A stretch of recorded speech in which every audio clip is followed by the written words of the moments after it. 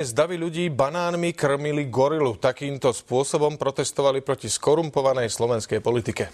Protest vyše 2000 nespokojných ľudí sa napokon skončil potýčkou s políciou.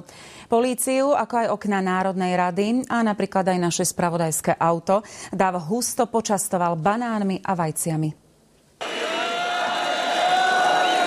Takto to s dnešnou gorilou skončilo, hoci spočiatku to vyzeralo na vcelku pokojný protest. Atmosféra na Bratislavskom námestí SMP miestami pripomínala atmosféru spred 20 rokov.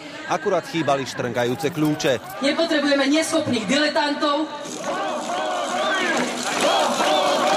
Na čo je sloboda, ak nie na to, aby si sa angažoval? Medzi asi desiatkou rečníkov sa objavil aj novinár Tom Nicholson, ktorý o kauze gorila píše knihu. Poďme voliť. Prvý verejný protest obyvateľov Slovenska pre kauzu gorila zorganizovala skupina ľudí na sociálnej sieti. Prísľub dalo asi 7 000 nadšencov, na námestí ich však bolo niečo cez 2000. Ja si myslím, že je tu stále dosť veľa ľudí. Podľa rečníkov i organizátorov kauza gorila je len špička ľadovca slovenskej korupcie a je na čase s ňou skončiť. Preto musíme povedať stop týmto gorilám. Aby nám povedali takú nehoráznosť, že 110 miliardový dlh Slovenska, keď vieme, že to nie je pravda. Človek je už taký sklamaný. Ale proste, aby tento policajný štát už nebol policajným štátom. Organizátori zdôrazňovali, že ide o apolitický protest a žiadnej strane si ho prisvojiť nedovolia.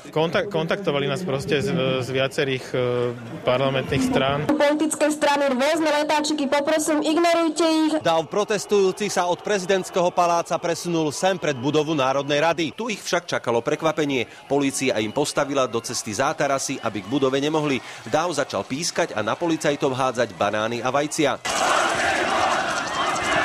Viacerí protestujúci navzdory výzvam policajtov prekročili pásky a vznikli tak medzi nimi potýčky.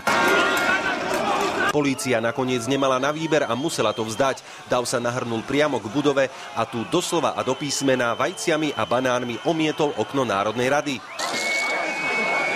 Krátko po 5. hodine organizátori vyhlásili ukončenie protestu. Anton Adamčík, televízia Joj. No a teraz na inú tému.